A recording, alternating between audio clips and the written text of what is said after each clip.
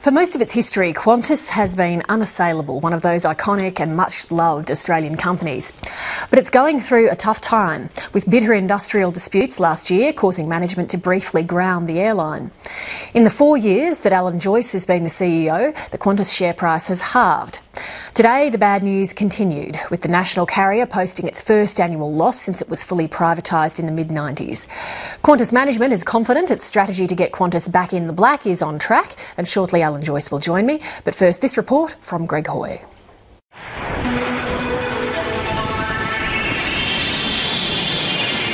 Even announcing a 90% fall in net profit today and the first statutory loss for Qantas in 17 years, Alan Joyce was endeavouring to look on the bright side. We are financially strong, profitable at an underlying level. He blamed the large losses on the soaring dollar, fuel prices and the drag on profits of Qantas International. But Alan Joyce claims the airline is slowly turning the corner. The benefits of our transformation program have started to come true. So is the Qantas chief's air defence a fair defence? We've got the first loss in 17 years for a management who's completely lost their way. The reality is it is a statutory loss. That is the true result of the company, and we believe the management and board should be clearly accountable for the company's performance and its result. And it's not just shareholders, it seems, concerned how Qantas portrays its profit and loss. Former senior Qantas executives have also voiced their concern to 7:30 about the credibility and transparency of Qantas accounts, endorsing the protests of others. Why has it taken so long for everybody to realise that the international business of Qantas could well lose $500 million this year? It was 2 or 3 years ago they were saying it was losing $120 million. And really, no one really knows where the costs were being allocated. We know that there are quite a few organisations and quite a few accountants going through the Qantas results, and it does appear that the disclosure is very difficult to understand. There is also strong concern, including amongst former executives, that the airline tries to shift as many costs as it can away from its low-cost carrier Jetstar and onto the books of Qantas. The aim, the critics claim, is to bolster Qantas's campaign to slash labour costs and to boost that side of the business with the least government regulation. They'll do pretty much whatever it is they have to keep Jetstar looking as profitable as it possibly can.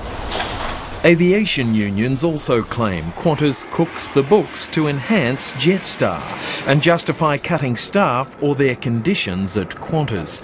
Qantas pilot Captain Brad Hodson. The law does require them to really be transparent, and really I think we'd say at this particular point in time that's not the case. They've put all these costs on their Jetstar expansion, operations that aren't successful overseas, onto their international Qantas arm, and they're trying to say that it's everybody's fault other than the executives who have paid themselves an 82% increase in executive pay in the last 3 years. Dr Tony Webber was chief economist at the Qantas Group from 2004 until last year. What I do think has happened is that Jetstar enjoys a number of services that they don't actually pay for, such as the legal department, corporate communications, investor relations, all of those overheads, back office overheads.